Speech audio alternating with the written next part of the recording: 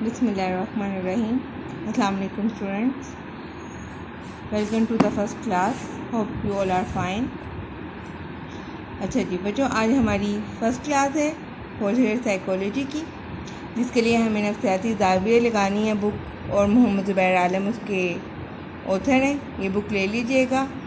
ये according to आपका syllabus है और आपके पेपर पैटर्न के तकरीबन मुताबिक है, क्योंकि 8 मार्क्स के अब क्वेश्चन आते हैं जो पार्ट्स बने हुए होते हैं। एक क्वेश्चन का जो 2 पार्ट्स बनते हैं ए और बी, वो 8 मार्क्स के होते हैं। तो उसके मुताबिक इसमें उन्होंने जो मटेरियल है वो दिया हुआ है।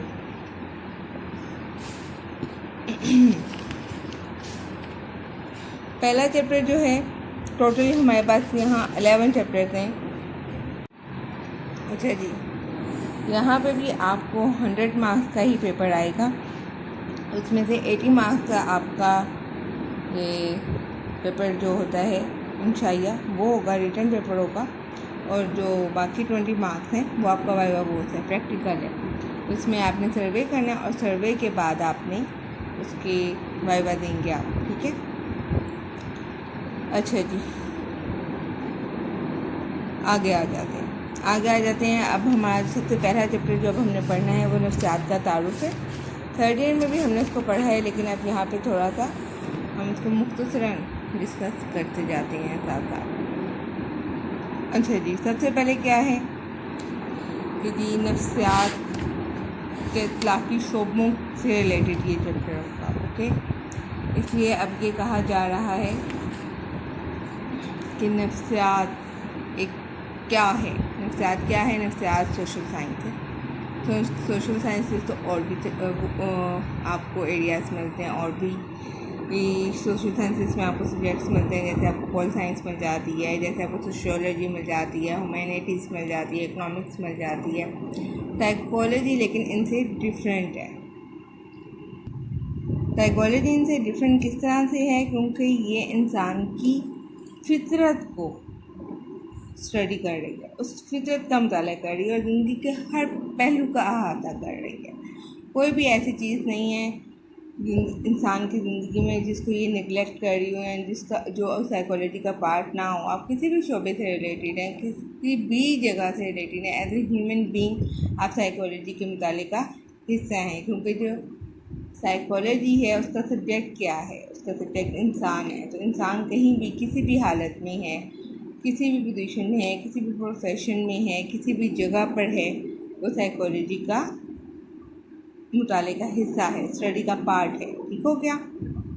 अच्छा जी, अब बाकी जो सोशल साइंसेस हैं उसमें पॉल साइंस है, उसमें पॉलिटिकल इश्यूज डिस्कस किए जा रहे हैं। सोशियोलॉजी है, उसमें सोसाइटी को डिस्कस किया जा रहा है। ह्यूमैनिटीज़ है तो उसमें ह्यूमन सोसाइटी और कल्चर को डिस्कस किया जा रहा है। इकोनॉमिक्स है तो वहाँ पे आपका जो वेल्थ से रिलेटेड इश्यूज़ हैं, उसकी प्रोडक्शन है, कंजम्पशन है, वट ये सब चीज़ें वहाँ पे डिस्कस की जा रही हैं। लेकिन जो साइकोलॉजी है एज ए सोशल साइंस वो ह्यूमन नेचर को डिस्कस कर रही है और उसकी तफसीली मुताला कर रही है। तफसीली मुताला करते हुए वो क्या क्या देख रही है, वो देख रही है वक्त गुजर रहा है, लोग चेंज हो रहे हैं, बहुत सारी चीज़ों की इजादात हो रही है। कुछ लोग घबराते हैं ना इजादात को सेट करते हुए, कुछ लोग पुरानी ज़िंदगी गुजारना चाहते हैं, वैसे ही जैसे रहते हैं वैसे रहते हैं। कुछ लोग नई चीज़ें अपनाना चाहते हैं, उन नई चीज़ों को अपनाते हुए डिफ़िकल्टीज़ का सामना है। फिर हमारा जनरेशन गैप बनता है हमारे पेरेंट्स में, हम लोगों में, आप लोगों में। आप एज अ स्टूडेंट हम लोगों से जब डील करते हैं, हमारा एक जनरेशन गैप है, हम डील करते हैं एक दूसरे के साथ, तो हमें प्रॉब्लम्स का सामना करना पड़ता है। इस जनरेशन गैप को जब डील करते हैं तो वो साइकोलॉजी उस प्रॉब्लम को भी सॉल्व करती है। साइकोलॉजी बेसिकली आपकी ज़िंदगी के हर तरह की प्रॉब्लम को सॉल्व करना चाहती है, ताकि आपकी जो ज़िंदगी है उसको आसान बनाए। हम जो साइकोलॉजी है ना सिर्फ हमारे अमूमी मसाइल हल कर रही होती है बच्चों, हमारे खुसूसी मसाइल पर भी ख़ास तवज्जो देती है। मिसाल के तौर पर खुसूसी क्या है, आजकल आपके लिए क्या था जब आप BA में आए थे, हमने सब्जेक्ट क्या चूज़ करना है, हमने किस एरिया में जाना है, ठीक है। एक मदर के लिए क्या इशू होता है, मैं अपने बच्चों को कैसे पालूँ, मैं अपने बच्चों को अच्छा इंसान कैसे बनाऊँ। फादर के लिए भी यही इशूज़ हैं कि मैं अपनी फैमिली को कैसे अच्छे तरीके से लुक आफ्टर करूँ, कैसे इनके लिए बेहतर से बेहतर माहौल प्रोवाइड करूँ, इन्वायरमेंट प्रोवाइड करूँ ताकि ये अच्छे इंसान बने, आगे इनके लिए ज़िंदगी आसान रहे। तो साइकोलॉजी क्या चाहती है? साइकोलॉजी बेसिकली ये चाहती है कि वो आपकी ज़िंदगी को आसान बना दे, आपके मसाइल को हल ढूंढने में आपकी मदद करे और आपकी ज़िंदगी को आपके लिए आसान कर दे। सही हो गया। अब इंसानी ज़िंदगी के अंदर इस इल्म की जो हैसियत है ना मसाइल हल करते हुए, वो इतलाक़ी है, यानी कि जो साइकोलॉजी का इल्म है वो अप्लाइड है। आप लोगों की ज़िंदगियों पर, इंसानों की ज़िंदगियों पर इसको अप्लाई कर सकते हैं, ठीक। और ये एक वसी पैमाने पर इंसान का जो ताल्लुक़ है उसके किरदार और ज़हनी अमाल का मुताला करती है, उसके जो बिहेवियर को, जिसकी मेंटल प्रोसेसेस है उसको स्टडी कर रही है डिटेल में। अच्छा जी, ये बात हो गई कि इंसानी किरदार और ज़हनी अमाल से डिस्कशन कर रही है, इसके प्रोसेसेस ज़हनी अमाल को डिस्कस कर रही है। तो बेसिकली ये सिर्फ मसाइल हल करते हुए इंसानी किरदार को नहीं देख रही है, ये जानवरों को भी देख रही है, जानवरों के ज़हनी अमाल और उनके किरदार का भी मुताला कर रही है। क्यों कर रही है?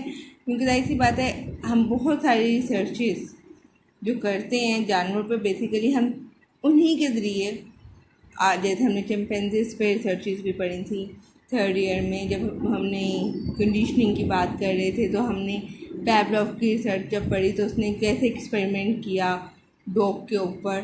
इसी तरह से हमने स्किनर का पढ़ा, किस तरह से उसने पिजन के ऊपर एक्सपेरिमेंट किया। तो बेसिकली हम वो एक्सपेरिमेंट करके, वो तहकीक करके, वो रिसर्च करके हम ह्यूमन बिहेवियर के ऊपर उसको अप्लाई करते हैं और देखते हैं कि how much it is acceptable. ठीक हो गया।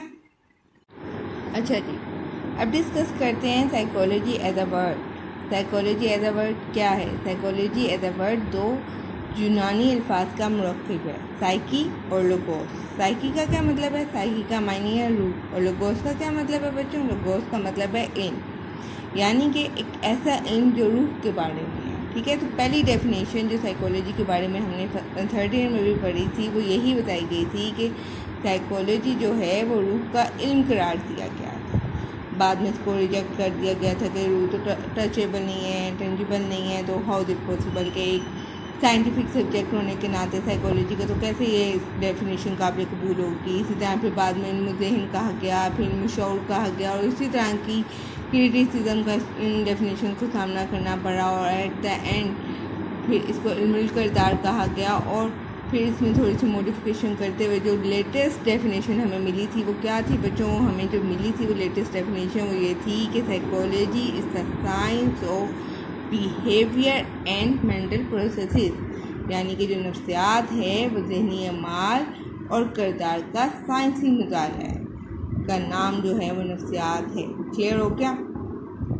और जो लफ्ज़ साइकोलॉजी जब हम इंग्लिश का इस्तेमाल करते हैं तो वो सबसे पहले 16वीं सदी में विलियम हार्वे ने मुतारिफ करवाया था।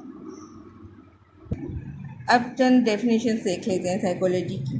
साइकोलॉजी की जो एक डेफिनेशन में मिलती है वो विलियम जेम्स की है। ठीक है, उसके मुताबिक नफ्सियात इंसानी की ज़हनी और अमली ज़िंदगी के मुताले का नाम है। नफ्सियात क्या है? इंसान की ज़हनी और अमली ज़िंदगी के मुताले का नाम है। नफ्सियात इस मुताले का नाम है जो किसी जानदार के किरदार और तजुर्बात को वाज़ेह बयान करे। बेसिकली क्या है वो साइकोलॉजी के बारे में क्या कहते हैं? वो ये कह रहे हैं कि कोई भी ह्यूमन बीइंग है या कोई भी आपको एनिमल मिल जाता है, उसका जो बिहेवियर और जो उसका एक्सपीरियंस है, उसकी जो वजाहत कर रहा है वो बेसिकली क्या है? साइकोलॉजी है। स्किनर के नज़दीक नफ्सियात हर माहौल में इंसान के किरदार, रद्द अमल और रवैये का नाम है। ठीक है, देख लें उसकी जो डेफिनेशन है वो भी उसकी, आपको अगर एक्सपेरिमेंट याद हो तो उसकी कंडीशनिंग से रिलेटेड लगता है। वो कहता है कि उसके माहौल के अंदर जो इंसान का बिहेवियर है और उसकी बेस पे वो जो रिस्पॉन्स कर रहा है और उसका जो एटीट्यूड है उसका नाम है, जो हर चीज़ की तरफ ज़िंदगी में जो उसकी चीज़ें पेश आ रही हैं उनकी तरफ जो उसका बिहेवियर है उसका नाम जो है वो साइकोलॉजी है। इस चीज़ का ताल्लुक इंसान के सोचने और महसूस करने से है। जे.बी. वॉटसन के नज़दीक क्या है? नफ्सियात किरदार और तजुर्बात के मुताले का नाम है। आपका बिहेवियर और आपकी ज़िंदगी के एक्सपीरियंसेस, उसकी जो स्टडी है वो साइकोलॉजी है। वो खवा वो किरदार इंसानी हो या हैवानी, तबई हो या गैर तबई, इनफरादी हो या इज्तमाई। अच्छा जी, लिंडसे क्या कहते हैं? लिंडसे के मुताबिक नफ्सियात किरदार के साइंसी मुताले का नाम साइंसी मुताले का नाम है। लिंडसे के मुताबिक नफ्सियात किरदार के साइंसी मुताले का नाम है। अब किरदार क्या है? किरदार हर तरह की जो आपकी एक्टिविटी है वो किरदार में शामिल है। वॉन के मुताबिक नफ्सियात वो इल्म है जो एहसासात, तासुरात और क़ुव्वत इरादी का मुताला करती है। इनमें से 3 डेफिनेशंस भी बच्चे आप अच्छे से कर लोगे ना तो ये आपका ओके हो जाएगा क्वेश्चन, क्योंकि 8 मार्क्स का क्वेश्चन आने हैं तो उसी के मुताबिक आप उसमें 3 डेफिनेशन अच्छे तरीके से उनको ऐड कर लो, एक्सप्लेन कर लो। अच्छा जी, बॉन्ड के मुताबिक क्या था? मैंने आपको बताया कि नफ्सियात जो एहसासात, तासुरात और क़ुव्वत इरादी का मुताला करती है और उन तमाम अमाल को शऊरी कहा जाता है। यानी कि जो कुछ आप कर रहे हैं, जो आपकी फीलिंग्स हैं और जो इमोशंस हैं, जो आप उसकी वजह से आप बिहेवियर कर रहे हैं, वो आप सोच समझ के कर रहे हैं, ठीक है, शऊरी हैं। मैकडोगल के मुताबिक नफ्सियात इंसानी ज़हन और किरदार का मुताला करती है। नफ्सियात इंसानी किरदार और ज़हनी अमाल का साइंसी मुताले का नाम है। That's all.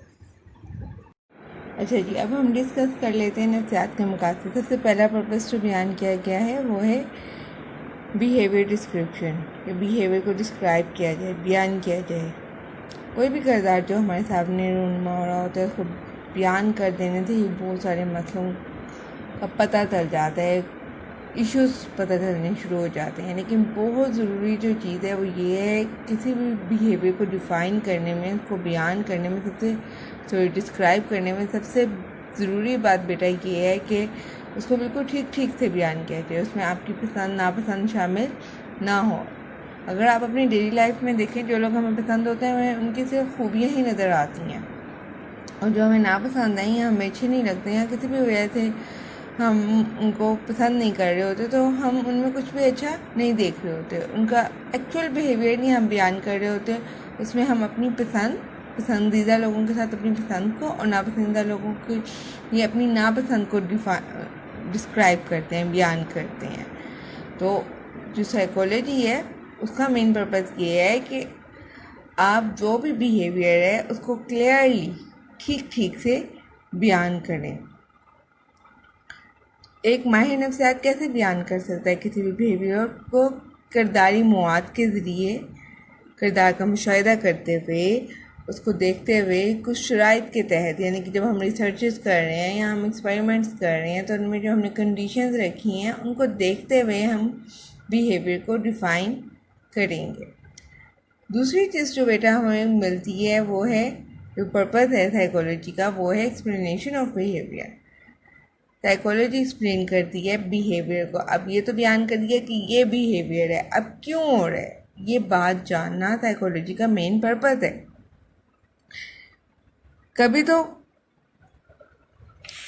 तो कुछ बिहेवियर्स बड़े इजीली एक्सप्लेन होते हैं ना, कि गुस्सा आ गया, फलां वजह हो गई, लेकिन वही बात एक जगह पे तो गुस्सा दिला रही है और दूसरी जगह पे गुस्सा नहीं दिला रही, तो उसको एक्सप्लेन करना भाई क्यों ऐसे हो रहा है। और जब हम एक्सप्लेन करने के काबिल हो जाते हैं तो तीसरा पर्पस जो साइकोलॉजी का है बेटा वो है प्रिडिक्शन।